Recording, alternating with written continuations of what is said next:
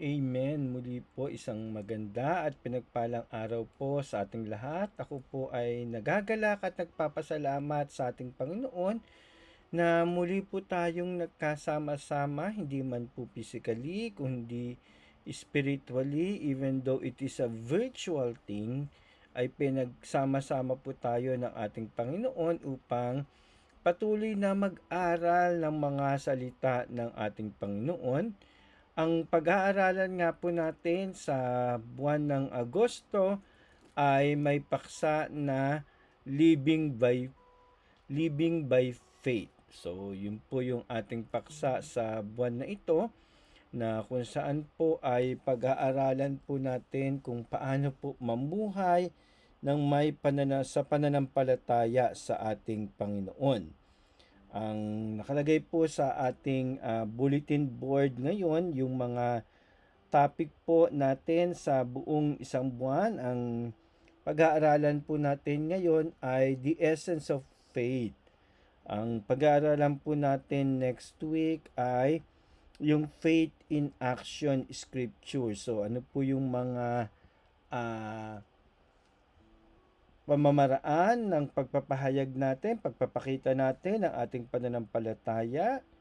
Tingin ko po yung overcoming faith is giving the distinction between when do we have concerns and when it is a fear. And then faith that moves mountains is scripture. So, faith that moves mountains. So, yun po yung ating last topic po sa ikaapat na buwan na ito.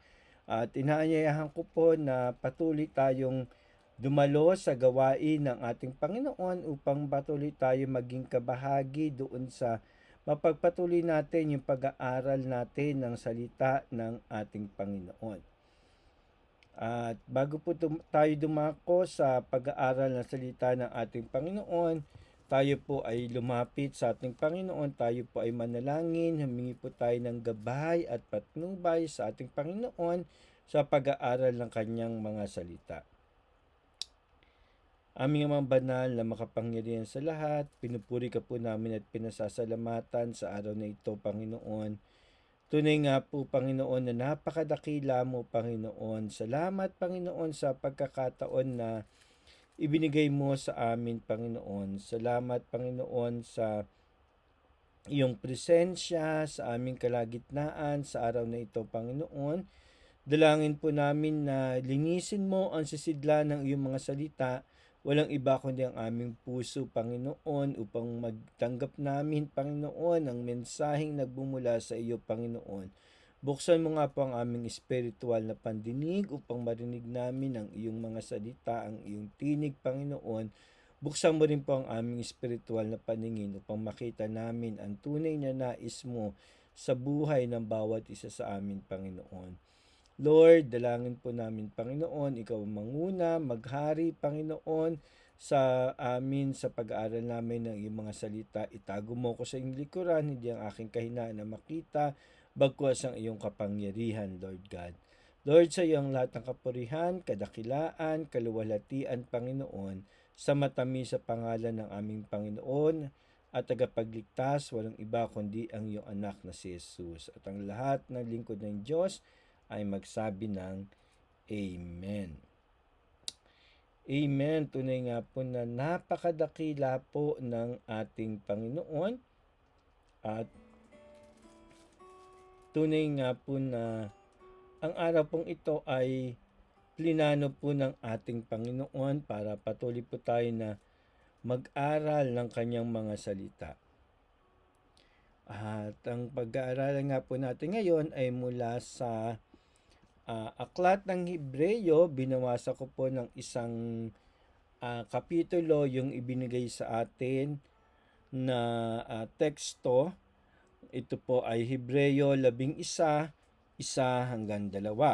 Sabi po dito, ang pananampalataya ay katiyakan na mangyayari ang ating mga inaasahan at paninindigan tungkol sa mga bagay na hindi nakikita. Kinalugdan ng Diyos ang mga tao noong unang panahon dahil sa kanilang pananampalataya. At patuloy po na kinalulugdan ng ating Panginoon ang bawat isa na nananampalataya sa ating Panginoon. Ang teksto po natin ngayon ay magbibigay sa topic natin yung essence of faith. So, nung binigay po sa akin yung teksto at yung topic po natin, tiningnan ko po sa dictionaries, ano po yung essence, ano po yung kahulugan or kasing kahulugan ng salitang essence sa Tagalog. Sabi po doon ay kakanyan. So medyo nahirapan po ako kasi medyo malalim na Tagalog. Tinignan ko po yung synonyms ng essence. Essence also means yung attributes, katangian, yung characteristics, yung properties ng pananampalataya.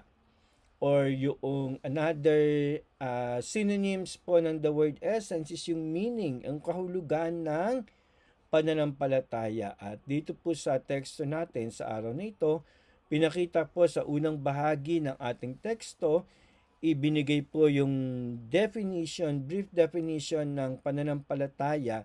Ito ay katiyakan na mangyayari ang ating mga inaasahan, yung mga desire daw po natin na mangyayari. At paninindigan tungkol sa mga bagay na hindi nakikita. Yung paninindigan daw po natin doon sa mga bagay-bagay na hindi natin nakikita, di po ba? Sa science, sinasabi po natin, bagamat hindi natin nakikita ang air, naninindigan tayo that air has mass, that air has volume, that air has characteristics of matters. Yun po ang kaparehong konsepto pagdating po sa science. At ang sabi po dito, isang attribute po ng pananampalataya, isang katangian ng pananampalataya. Tayo po ay kinalulugdan ng Panginoon, pinalulugdan tayo ng Diyos dahil sa ating pananampalataya. Ngayon, ang sabi po dito ay living by faith. So, ibig sabihin po, nabubuhay tayo sa pamagitan ng pananampalataya. So, kung titingnan po natin sa konteksto ng living, so living po ay may iba't ibang aspeto po siya. So, yung physical components po natin, ito po yung ating katawang lupa na binigay sa atin ng ating Panginoon. Ito po yung physical components ng living. Living is associated with life, di po ba? And as we live, meron po tayong emotional and psychological aspect. Meron po tayong puso, meron po tayong nararamdaman. Yung sa psychological, may brain po tayo na nagpapaanda ng lahat-lahat natin. So sabi po dun sa isang konteksto na nabasa ko, all emotions are hormones released by the brain. Sabi po, and of course, sa atin po na the highest form of living organism, meron po tayong spiritual well-being. Ito po yung kaluluwa natin na babalik doon sa ating Panginoon matapos ng buhay natin dito sa lupa. Tayo po ay babalik doon sa ating Panginoon. Sa mga nananampalataya kay Kristo, tayo po ay babalik sa kaharian ng ating Panginoon. Para po doon sa mga hindi nananampalataya, meron po silang eternal death na tinatawag. So, balik po tayo doon sa konteksto po natin. So, alam na po natin yung essence, alam na po natin yung faith, alam na po natin yung living, that we're doing all of this through faith. So, yung physical component natin, we are using faith doon sa physical components natin, in emotional components natin, the psychological aspects, yung spiritual po natin ay faith. So, ngayon, ano po tingnan po natin ngayon yung katangian, yung kahulugan, yung essence ng faith. So, generally, tayo pong lahat, we live not for this life, but we live for eternal life. So, Ang pinakamalaga po sa faith natin is in the form of or in the aspect of salvation. Alam po natin na mawawala po yung physical component, mawawala po yung emotional and psychological aspect, yung nararamdaman nating sakit, yung nararamdaman nating kabagabagan, yung fear, yung takot natin, yung concerns natin, mawawala po lahat-lahat ng yan. But not the spiritual aspect. Kasi yun po yung babalik sa ating Panginoon. That's why all of this is just a preparation for the eternal life. So, I want to focus on the faith in the essence of our salvation. Sabi po sa aklat ng Epeso, Kabanata 2, Kapitulo 8 hanggang 9, sabi po dito, sapagkat dahil sa kagandahang loob ng Diyos, kayo ay naligtas sa pamagitan ng pananampalataya. Naligtas po tayo because of our faith. Nung naniwala po tayo kay Kristo bilang ating Panginoon at tagapagligtas, tayo po ay nagkaroon ng kaligtasan. Nung naniwala po tayo na si Kristo ay mula sa Diyos Ama at ka-level ng ating Diyos Ama, tayo po ay nagkaroon, nabuksan po ang pintuan ng langit para sa atin. Nung nanampalataya po tayo na si Kristo ay namatay, nabayubay sa krus ng Kalbaryo dahil sa ating kasalanan, nawala po yung, nagkaroon po tayo ng kapatawaran sa ating mga kasalanan. At dahil po doon, nagkaroon po tayo ng pagkakataon na lumapit sa ating Panginoon, sa presensya ng ating Panginoon. So, yun po yung resulta ng kagandahang loob ng ating Panginoon. At ito'y kaloob ng Diyos na hindi mula sa inyong sarili. So, hindi po yun mula sa atin, hindi ito bunga ng iyong mga gawa, kaya't walang maipagmamalaki ang sinuman. So, wala po tayong maipagmamalaki when it comes to our salvation. So, yun po yung basic concept po. Kung atin po kayo sa Fundamental of Truths, that's the one of our foundation of faith po natin na tinatawag. So, alam ko po na magkakaroon po ng pag-aaral doon sa 16 Fundamental of Truths. Nabanggit po sa akin na isa po yun sa curriculum na gusto po natin pag-aralan. Mas maididig po ninyo, matin po kayo dito sapagkat mas magkakaroon po ng malalim na kahulugan ang pananampalataya at kaligtasan or ang kaligtasan na bunga ng ating pananampalataya. So ano po ngayon ang sabi ngayon dito? Now that we have the essence of faith in our salvation, ano po yung mga tinitingnan po nating aspeto doon? So, bilang Kristiyano, we believe that Jesus Christ died for our sins as a representative and substitutory sacrifice. So, yun po yung pananampalataya po natin na ang bawat isa ay isinilang na makasalanan at dahil sa ating pananampalataya ay tayo ay nagkaroon ng kaligtasan sa pamagitan ng pagkapako sa krus ng Kalbaryo ng ating Panginoon. And sabi din po dito, the essence of faith on our salvation is that we believe, we stand firm, we hold on, we grasp on that idea, on that concept, na nanatili tayong matatag, pinaninindigan natin, pinanghahawakan natin, that Jesus is the only way to salvation. When Jesus said, I am the way, the truth, and the life. No one comes to the Father but by me. So, yun po yung pinaninindigan natin. Ang ng ating Panginoong Hesukristo, ang tanging daan tungo sa kaligtasan, tungo sa kahabagan ng ating Ama na nasa sa langit. Another essence of faith in our salvation is we believe that Jesus Christ was uniquely qualified as a substitute for mankind. Ano po ibig sabihin po nito? Ihiniwalay ang ating Panginoong Jesucristo, bagamat siya po ay nagkatawang tao, siya pa rin po ay Panginoon at siya ay hindi nagkasala.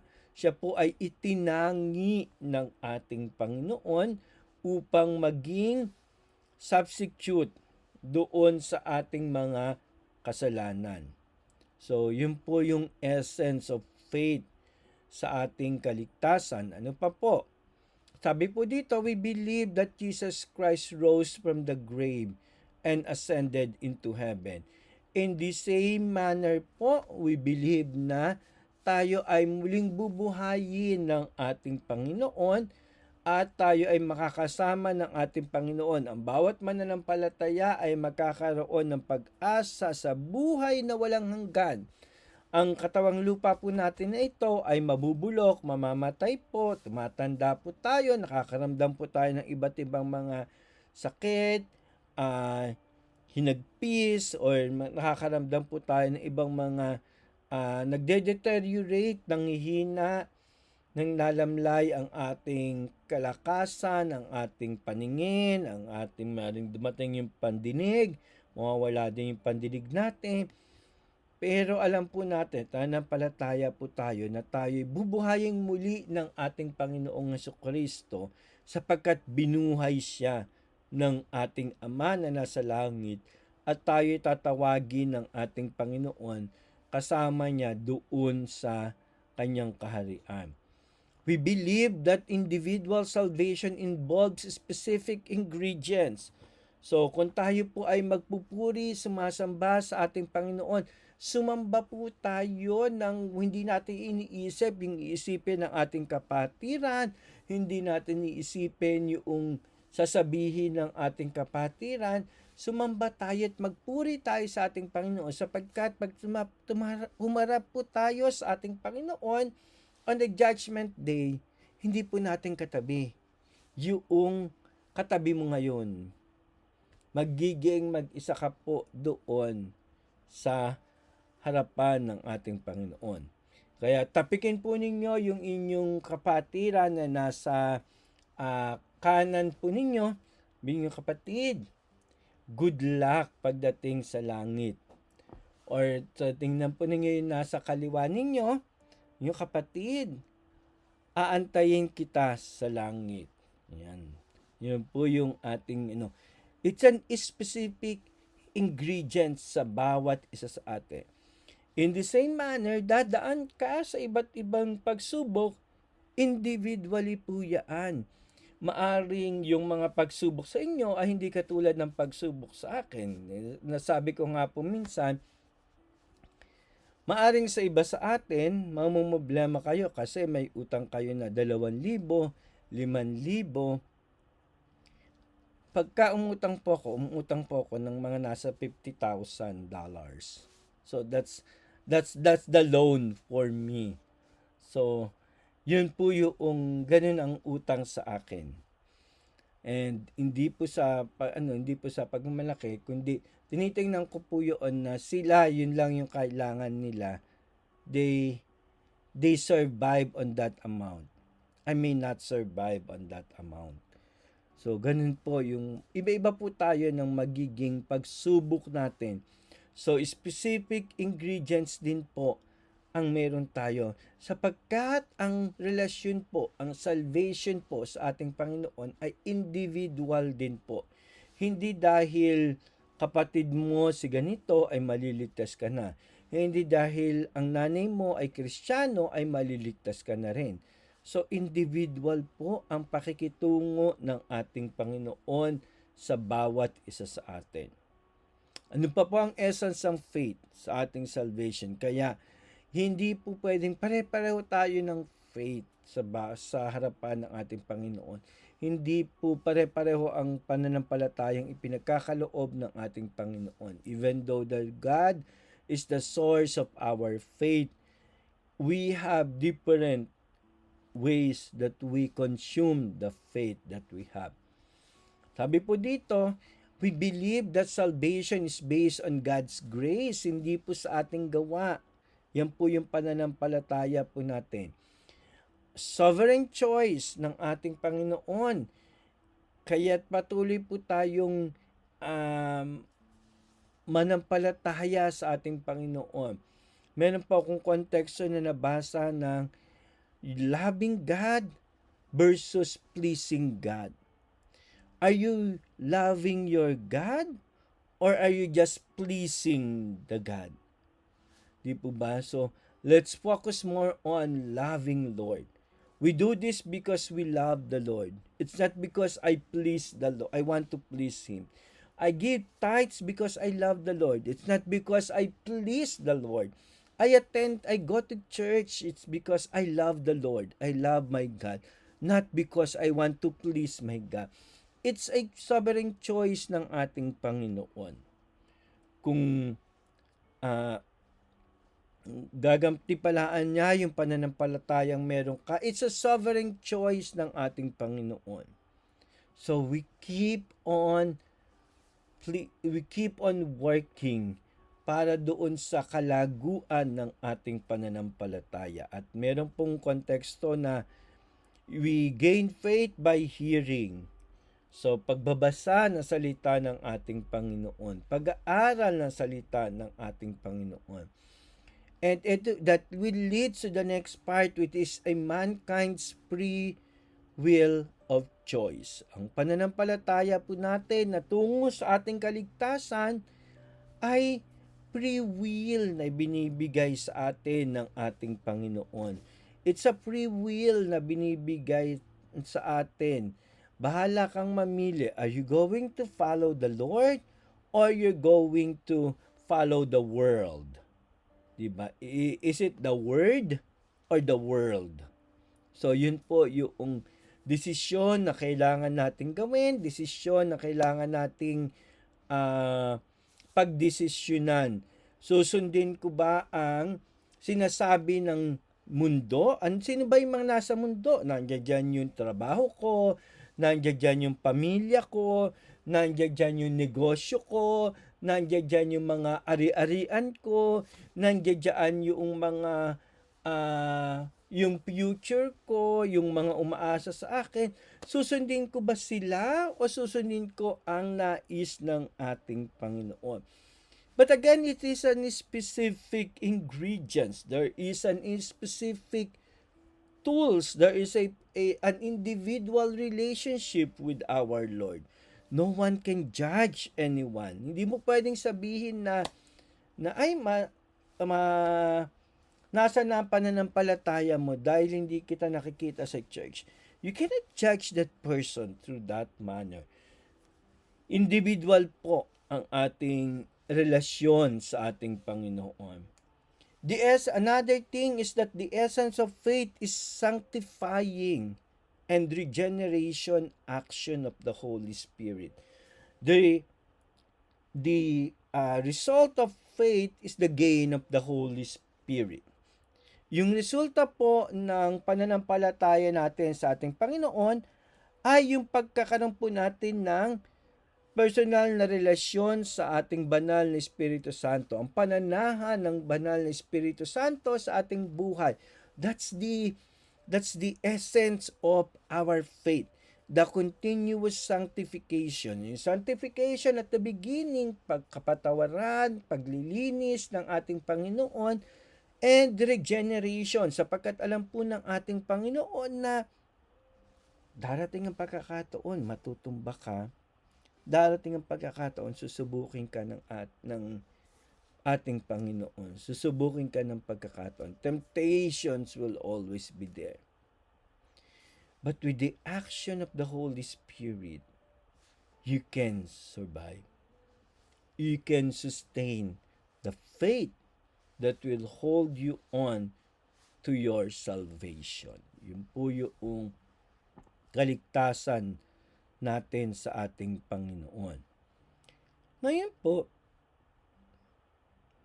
sabi po dito sa the faith is the essence of our salvation sa aklat ng Hebreo 11:6, hindi maaring kalugdan ng Diyos ang walang pananampalataya sa Kanya. Sapagkat ang sinumang lumalapit sa Diyos ay dapat sumampalataya na may Diyos at siya ang nagbibigay ng gantimpala sa mga humahanap sa Kanya. Amen.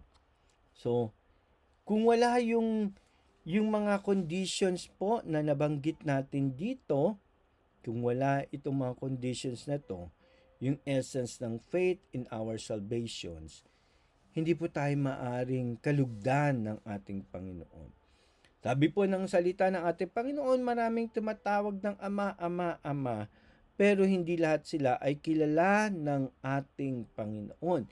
Hindi lahat po sila ay maliligtas, diba? Sabi nga po, diba, sumalok ka daw ng yung kamay mo ay yung buhangin sa dagat ay salukin mo ng iyong kamay. May malalaglag at may malalaglag. At yun po yung ganun din po ang kaharian ng ating Panginoon. Maraming mananampalataya, maraming magsasabing naniniwala kami sa ating Panginoon. Maraming magsasabi na si Jesus ay ang tagapagligtas. Maraming magsasabi na si Jesus ay ang tanging daan patungo sa kaligtasan. Pero iilan po yung magsasabi ng magkakaroon ng individual na relasyon sa ating Panginoon. Ilan po yung magkakaroon ng sanctification and regeneration sa pamagitan ng banal na Espiritu Santo. Ilan po yung mananatili sa paglilingkod at pananampalataya sa ating Panginoon. Yun po yung faith in the essence of our salvation. Yun po yung the whole reason why we live, the whole reason why you go to church, the whole reason why you go to work, the whole reason kung bakit ka nakikisalimuha sa iyong kapitbahay, the whole reason kung bakit ka pumapasok sa eskwela, the whole reason kung bakit ka nabubuhay sa bawat araw.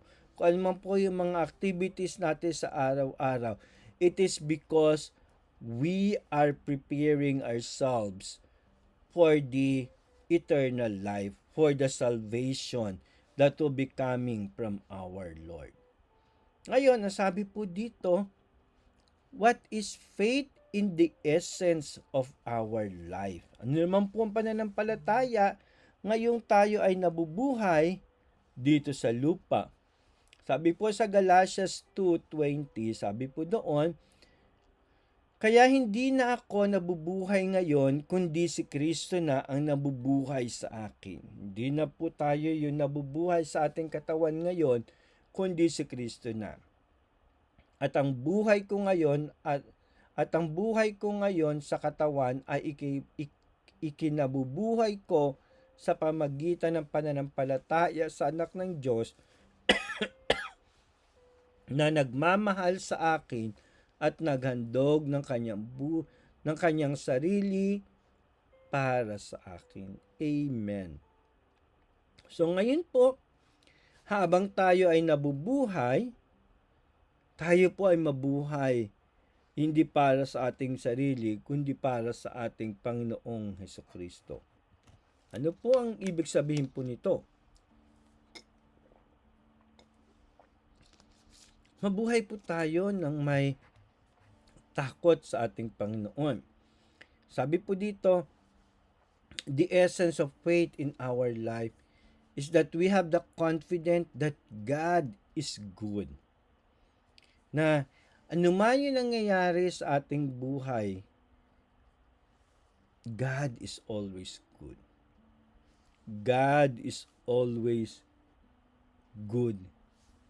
Nais ng ating Panginoon yung ikabubuti ng bawat isa sa atin. Kailangan po magkaroon po tayo ng confidence sa ating sarili that God is in control. Iniinis ako ni ganito.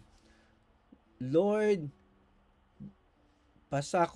magpapasakop ako sa iyo. Control my emotions. Control my life, di ba? If God is good, then we do good things. If we are confident that God is in control of everything, then pasakop tayo, pakontrol natin yung laman ng ating isip, yung laman ng ating puso, yung bawat sasabihin natin, di ba? Hayaan natin na i-control tayo ng ating Panginoon. So, ano ibig sabihin nun? Paano ibig sabihin na God controls my emotions? 'Di ba? Yung kung magagalit ka sa kapatiran, may nakita kang kahinaan ng kapatiran, pagpanalangin mo sa ating Panginoon. And then, tuturuan ka ng ating Panginoon kung paano gagawin, paano mo i-address yung ganong sitwasyon. We have confidence that God knows best. Parati natin sinasabi na kung ayaw ng Panginoon, kahit gusto mo, wag mong gawin. Kasi God knows best. Kung gusto ng Panginoon, kahit ayaw mo, ipagpatuloy mo, gawin mo. Because God knows best. Diba? Ngayon, sabi dito sa the last part is, we have confidence that God answers prayer. Okay. Kung nananalangin ka, so gusto mo 'di ba may kasagutan? It's the same thing as when you are communication, 'di ba? Sabi natin prayers are communication. It's a form of communicating to our Lord. So prayers is also a two-way system, 'di ba? Nananalangin ang mga leaders ng church para sa mga tao na gagamitin ng ating Panginoon para doon sa pangailangan ng church. Wait until God give you someone na gagamitin ng ating Panginoon. Kung isa ka doon sa mga leader ng church na mananalangin para doon sa gagamitin ng mga magsasalita ng ating Panginoon kada linggo, magantay ka na kung kailan ka sasagutin ng ating Panginoon. Kasi sabi mo, we have confidence that God answers prayer. So pag nanalangin ako at humingi ako ng mga tao na gagamitin ng ating Panginoon, ipapadala yan sa akin ng ating Panginoon. Sasabihin sa akin ng ating Panginoon kung sino yung mga yon. Kung nananalangin ka na magkakaroon ka ng ganitong bagay, wait until God answers your prayer. Diba sabi natin dati, tatlong bagay ang sagot ng ating Panginoon sa ating mga panalangin. Ang isa, oo at ngayon. Yung pangalawa ay oo at magantay. At yung pangatlo ay hindi. So, yun yung tatlong sagot sa ating mga panalangin ng ating Panginoon. I believe that for every prayers that we have, God answers all those prayers. Nananampalataya po ako na may kasagutan ng ating Panginoon sa bawat panalangin ng bawat isa sa atin. Nandoon sa tatlong yon ang kasagutan ng ating pangapanalangin. Ang hirap po sa ating mga Kristiyano, we do not listen. We only speak, but we do not listen. Minsan, ang sagot ng ating Panginoon, magantay. Dahil hindi tayo nakinig at hindi tayo nag-focus doon sa sinasabi ng ating Panginoon, we assume it is no. Minsan, ang sagot naman ng ating Panginoon ay no, pero dahil hindi tayo nakinig talaga doon sa sinasabi ng ating Panginoon, we assume na magantay.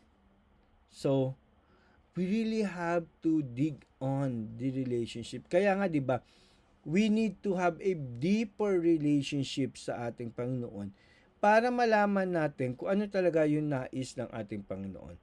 Parang dalawa lang yan magkaibigan. Kung magkaibigan kayo talaga at magkakilala kayo, sa tingin pa lang sa iyo ng kaibigan mo, alam mo na. Kung hindi, alam mo na kung okay lang sa kanya, alam mo na kung ayaw niya. So, ganun din yung relationship na gusto ng ating Panginoon. Yung kumumpas or bumilis lang yung tibok ng dibdib mo, alam mo na yung sagot ng ating Panginoon. Because that's how you know God is. Kasi ganun kalalim yung relasyon ninyong dalawa ng ating Panginoon. Na isang salita lang, binuksan mo lang ang Biblia, nanalangin ka, binuksan mo ang Biblia, nagbasa ka ng Bible or nakinig ka ng scripture sa iyong cellphone or any technologies that you're using, or tumingin ka lang sa paligid, alam mo na ang sagot ng ating Panginoon. Dahil ganun mo siya kakilala. Dahil ganun mo kalalim yung relationship ninyo ng ating Panginoon. That's how God wants to develop the relationship. Ngayon po, ang kabilang aspeto po nito, ang pananampalataya po ay minsan sa mga Kristiyano, misuse and abuse. Yun po yun nangyayari sa atin. We misuse or we abuse the faith. Sabi po sa aklat ng Santiago 2:17, gayunman patay ang pananampalatayang walang kalakip na gawa.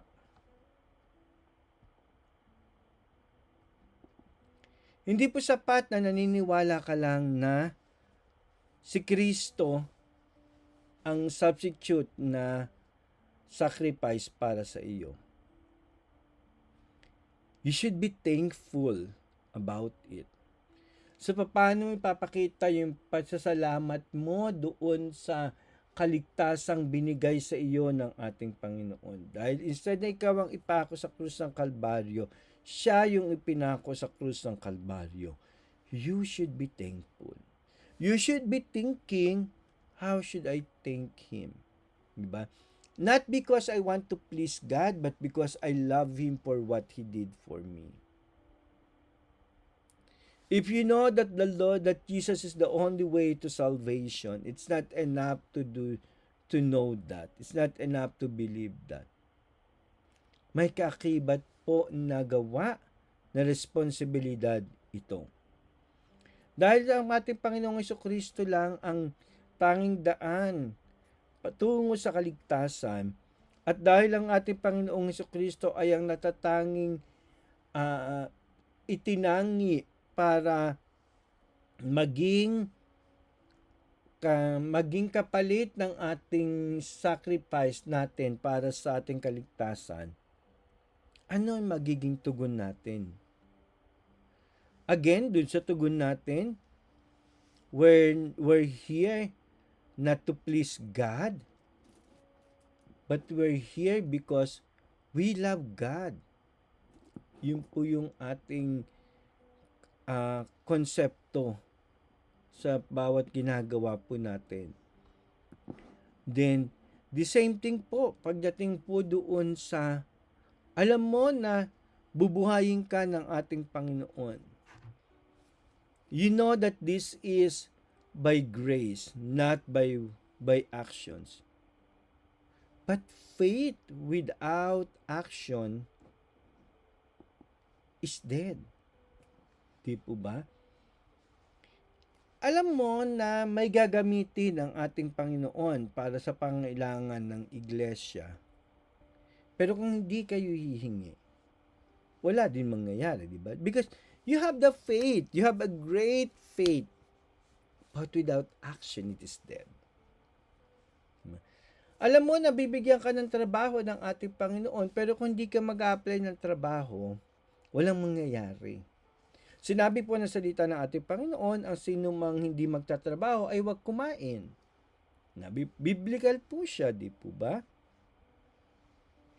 Alam natin ang mga salita ng ating Panginoon, pero hindi natin ginagamit yung mga salita ng ating Panginoon.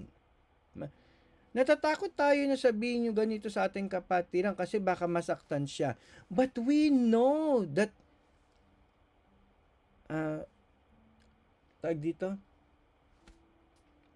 it is better to yung sacred love.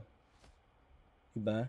Sinabi ng ating Panginoon, mabuti pang sabihin mo na sa kanya, dan manatili siya sa kasalanang nangyayari sa kanya, sa kasalanang ginagawa niya. At tayo, inisip natin, ay, hindi ko sasabihin kasi baka magalit siya.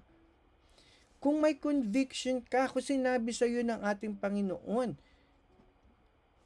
you're not following the orders of our Lord. You're not following yung nais ng ating Panginoon. Ang pananampalataya mo ay patay sa harapan ng ating Panginoon. Sabi po dito, ano ang pananampalatayang patay? Ang pananampalatayang patay ay pananampalatayang walang bunga, walang resulta. Diba? Sabi po sa aklat ng Santiago, dun sa mga unang bahagi, anong silbi ng may kapatiran ka na nagugutom or giniginaw na sinabi mo lang pagpalain ka ng ating Panginoon? Walang silbi yun, di ba, sa kanya? Kaysa yung bigyan mo siya ng pagkain, painumin mo siya, bigyan mo siya ng damit, walang silbi yun sa harapan ng ating Panginoon. Anong silbi nung sasabihin natin sa pulpito na kailangan nating sundin ang nais ng ating Panginoon? Kung hindi mo naman masabi specifically ano yung nais ng ating Panginoon. Anong silbi yung pananalangin natin na pagpalain ang ating iglesia? Kung hindi naman tayo gumagawa ng paraan para pagpalain ang ating iglesia. Lahat ng yun ay walang bunga sa ating harapan ng ating Panginoon. Kaya't ang pananampalatayang patay ay pananampalatayang di nakalulugod sa ating Panginoon. Kailan po tayo huling lumuhod sa harapan ng ating Panginoon para ipanalangin ang mga leader ng iglesia natin? Kailan po tayo huling lumuhod sa ating Panginoon upang ipanalangin ang mayor ng ating lungsod? Kailan po tayo huling nanalangin sa ating Panginoon upang lumuhod sa ating Panginoon upang ipanalangin ang mga tao na ginagamit ng ating Panginoon? Anong action doon? Okay, pinag-pray ko sila. Okay, pinag-pray ko siya na pagpalain siya. And thank you is your action. Yung pagpapasalamat natin doon sa taong yun. Kailan tayo huling nagbigay ng thank you cards para doon sa mga ginagamit ng ating Panginoon? Kailan natin huling sinabi doon sa mga nagtatithe sa church pero wala sa church na we miss you on the church? Na sana one day makita ka namin sa loob ng iglesia. Oo, sinasabi natin na pinapanalangin natin sila, sinasabi natin na alam nila kung ano ang tama. But we need to make action. Talking to them, approaching them. So, kung mananampalataya lang tayo na dadalhin ng ating Panginoon yung mga kaluluwa sa ating iglesia at wala tayong gagawin to keep them and to approach the world, wala pong bunga yung pananampalataya natin. At ang pananampalatayang ito ay hindi kinalulugdan ng ating Panginoon. At sinabi din po sa aklat ng Santiago, kung meron kang hindi ginagawa sa kautusan, isang bahagi sa kautusan, hindi mo ginagawa ang buong kautusan.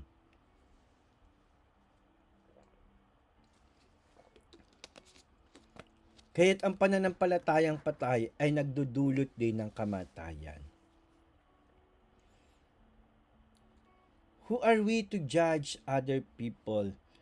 Pagka nagsasabi sila na busy kasi ako or ano ko, alam ko yan, maraming ginagawa yan. Alam ko yan, ah, masyadong busy yan.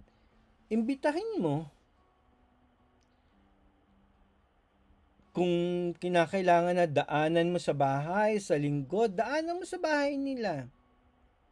Pakita natin na seryoso tayo sa pag-iimbita sa kanila. Hindi lang sa sinabihan ka namin na pumunta ka sa church. Sa linggo, gawan mo ng aksyon yung pananampalataya mo. Go to their house in the morning. Go to their house. Puntahan mo. Kung hindi pa handa, then that's good. But you did your part, di po ba? Ang sabi ng ating Panginoon, kung ginawa mo na yung part mo pero wala pa rin tugon, ipagpag mo yung sandalyas mo, di ba? So malinis na ang iyong move on to the next one. Pero may ginagawa tayo doon sa mga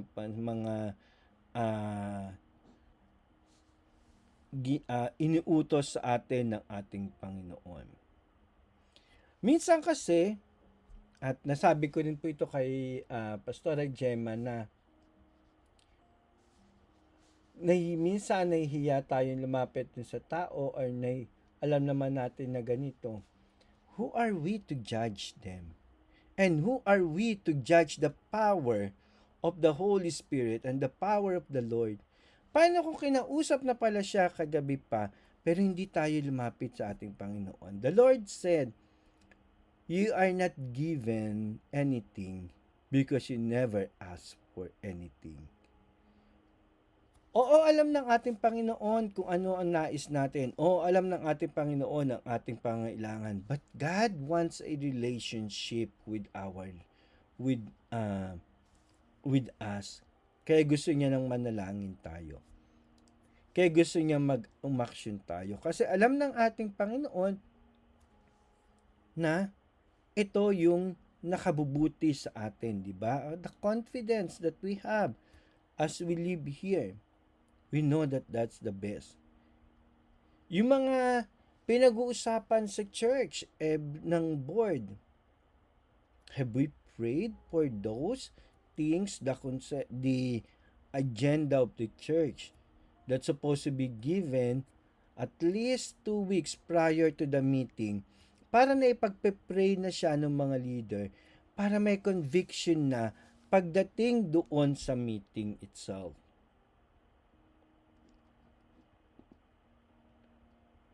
Makapangyarihan po ang pananampalataya. It moves mountains. It changes lives. It opens the kingdoms of heaven. But the faith without action is dead. Sometimes we confuse faith with our own emotions. Sometimes we confuse faith with our own desire. Kung magpapasakop po tayo sa ating Panginoon, kung mabubuhay tayo, kung hayaan nating mabuhay sa atin si Kristo, we will imagine the uncontrollable, unmeasurable, unimaginable power of faith in our lives.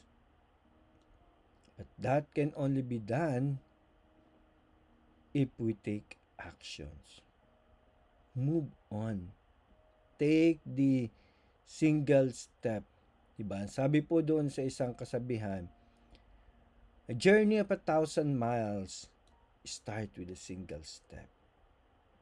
So hinahamon ko po ang buong iglesia sa araw na ito to move our faith as we dig on faith this month, as we study faith this month. Pilitin po nating atenan yung buong 4 na linggo na ito para po tayo ay magkaroon ng malinaw na pagkakaintindi sa kung ano ang pananampalataya at paano natin gagamitin ang pananampalatayang ito para sa ating buhay ngayon at higit sa lahat para sa ating kaligtasan. Sa Diyos po ang kapurihan. Tayo po ay manalangin at humingi ng pasasalamat sa ating Panginoon. Aming Amang Banal na makapangyarihan sa lahat, pinupuri ka namin at pinasasalamatan, Panginoon.